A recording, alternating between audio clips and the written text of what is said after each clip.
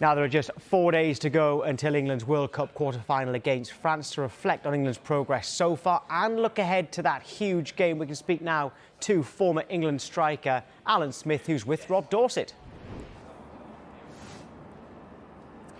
Yes, indeed. Thanks, Tom.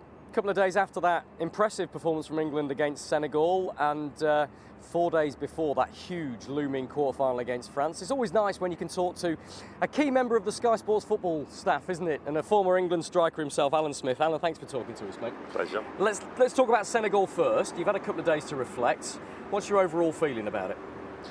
Well, it was stress-free in the main, wasn't it? Which is quite unusual as an Englishman looking at the national team. Obviously, the first half, the first 20 minutes, whatever, it looked a little bit edgy, you know, playing out from the back, gave the ball away a few times. Harry Maguire looked like he was going to suffer one of those games where he couldn't do anything right. Thankfully, that wasn't the case, and the team settled down.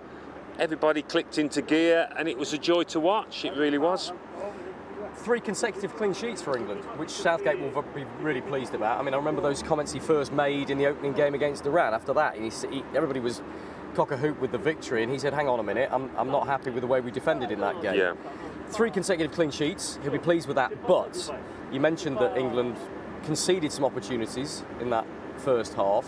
Is that a concern? And against a better side, i.e. France, would they be punished for that? Listen, you watch any game in this World Cup and the top teams do concede chances. You know, Brazil, as great as they was last night, they conceded 1 or 2 to South Korea. I've seen, you know, all the top teams, Argentina, nobody's infallible in that direction. But that's when, you know, Jordan Pickford, great save, didn't he, down to his left.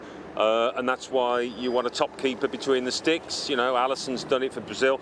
So it's unrealistic, I think, in this tournament to expect that defence to be watertight for the entire 90 minutes. Let me ask you about Harry Kane, former England striker yourself. You've told me many a time that strikers feed off goals. They need that, and he got one. He needed it. It was a great finish as well. What will that do for him? Is that key for England, Harry Kane's confidence levels from here and however far they might go in the tournament? I mean, I think he's one of those who's mentally strong. If he's not scoring, I think he's okay about it. He won't be entirely happy. You know, maybe he wasn't as downcast as perhaps we thought.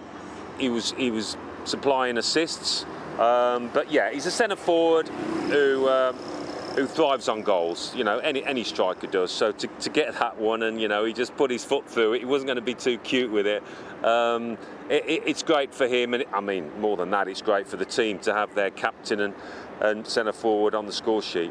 It looked to me, Alan, that he looked fit again. He looked sharp again. He was crashing into a few challenges and winning the ball. You know, we know he likes to drop deep sometimes and link up the play rather than sitting up top as a straight number 9. Did you sense that? Do you sense Harry Kane's maybe peaking at the right time, maybe coming to fitness and form in the latter stages of the tournament? Yeah, interesting. He was talking the other day, wasn't he, about sometimes he's peaked too early, sometimes he's, you know, come into his game in the knockout stages, and we'll be hoping as England fans that that's the case here. I mean, he's highly experienced now. But goals change body languages, really. You're no different physically, but you get a goal and you're flowing, you're flying, you're just feeling like you're moving quicker and sharper. And, you know, Kane's no different in that respect. So, you know, talk about was he not 100%? I don't know, but he certainly looked it against Senegal in you know, following his goal. It's France next. Boy, oh boy, this is some match, isn't it? I mean, look, Gary Neville's said it's the game of a lifetime for most of these England players. I don't know whether you agree with that, because some of them are so young. They've got some big games to come, probably in years to come as well. But it does feel like a defining game for England at this World Cup, isn't it? Well, yeah. I mean, certainly. France, one of the favourites. Kylian Mbappe looking terrifying when he gets the ball. So it's a huge one, the biggest so far, goes without saying. England's record against the top teams in World Cup football has not been great, as we know. Go on, give us that stat. You tell me a stat just before Yeah, we one of our Stato commentator lads, I shan't name him, but he said, how many times have England beaten sides in the World Cup who were ranked higher than them since 1966? So since we won the World Cup, how many times have we beaten teams ranked higher than us? We knew it wasn't many, but it was one. Argentina in 2002, the David Beckham penalty. And on the flip side, how many times have we lost in the World Cup against teams ranked lower than us? 11 times since '66, you know, and that's been our downfall. Not being able to compete with those teams on our level and just above. So, you know, if you're going to win the World Cup, given our route to the final, we're going to have to change that stat. Do you think they can against France? I mean, you talk about Mbappe there. That's key, isn't it? Is coping with that threat. But they've also got Dembele. Yeah. You know, they've got Giroud up front, who's their all-time leading scorer all of a sudden. I mean, they're missing a few players. They're missing a few players through injury. Paul Pogba, the most obvious one. Benzema as well, of course. Yeah. But even in their absence, they're incredibly strong. What do you expect?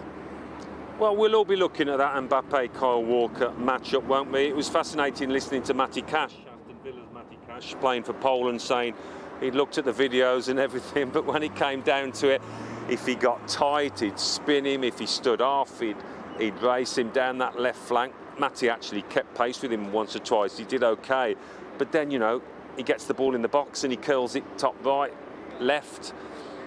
He's in such fantastic form. I think he's the best player in the world at the moment. So you need a bit of luck. Try and stop the supply into his feet if you possibly can. After that, yeah, double up on him, but not easy. Go on, last one. Can England do it? Do you think they will? Is it a 50-50 game? Is it a France favourites? What do you think? France probably slight favourites, I'd say. I think England can. I'm going to say England will.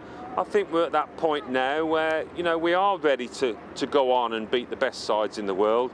We've got the confidence, we've got the talent, some players entering great periods of form.